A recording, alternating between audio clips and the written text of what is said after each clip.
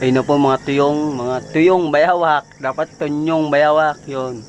Ang masasabi ko po sa inyo sa mga Lastisman at Superman. Tapos mga Spiderman na yan. Kung kaya yung akata yung ginagawa ko, baka hindi nyo kaya. Yung mga video ko pong ilalabas ngayon ay hindi po scripted.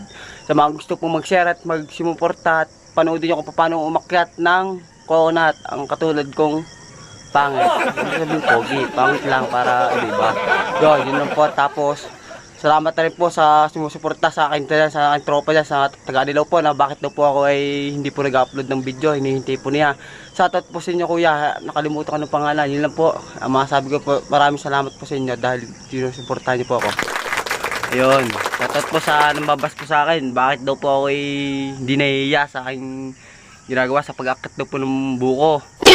Nakakaya daw po yun. Ba't ka mahihiya?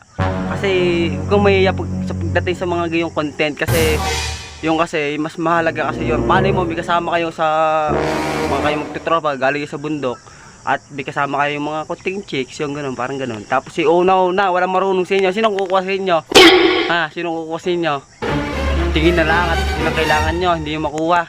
Kung kasama yung si tuyong yung bayawak, hindi tuyong at yung bayawak, magkakaroy. Ito po, easily lang yan sa akin. Ilang masabi ko sa inyo, kahit ini madulas pa ang puno, pero mas madulas ang hito, hawakan. Meanwhile, Hoy baka, hoy baka. Huh? Sumagot ka nga. Huh? Hoy baka. Sumagot ka nga. Nabaka siya na nga. Oy, bato. Huh? Pag kinain ko daw to, magiging sidar na daw ako. Kainin ko kaya.